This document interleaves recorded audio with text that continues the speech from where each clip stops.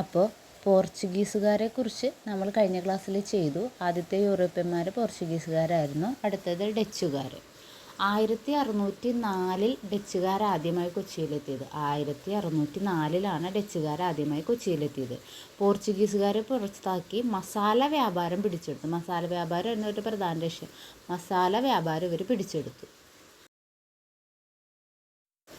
1663 കൊച്ചിയിൽ നിന്ന് പോർച്ചുഗീസുകാർ ഇവർ പുറത്താക്കിയിട്ട് 1664 തുടങ്ങി കൊച്ചി ഡച്ച് ഭരണകേന്ദ്രമായി. അപ്പോൾ 1663 കൊച്ചിയിൽ നിന്ന് പോർച്ചുഗീസുകാരെ പുറത്താക്കി 1664 കൊച്ചി ഡച്ച് ഭരണകേന്ദ്രമായി.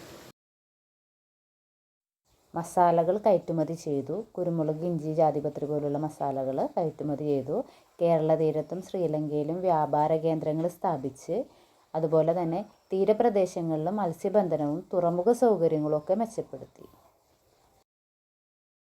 ഇന്ത്യയിലെ ഔഷധ സസ്യങ്ങളുടെ ഗുണങ്ങളെക്കുറിച്ച് വിവരിക്കുന്ന ഹോർത്തൂസ് മലബാറിക്കസ് ഡച്ചുകാരുടെ സംഭാവനയാണ്.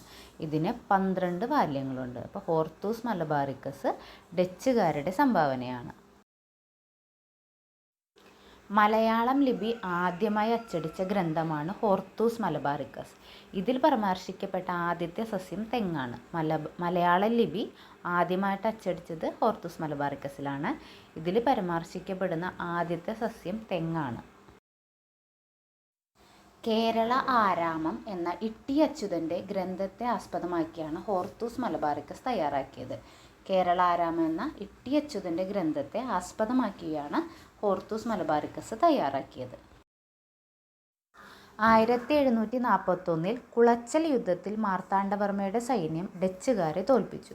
ഇതോടെ ഡച്ച് ശക്തി കേരളത്തിൽ ക്ഷയിച്ചു. 1741 കുളച്ചൽ യുദ്ധത്തോടെയാണ് കേരളത്തിൽ ഡച്ച് ശക്തി ക്ഷയിച്ചത്.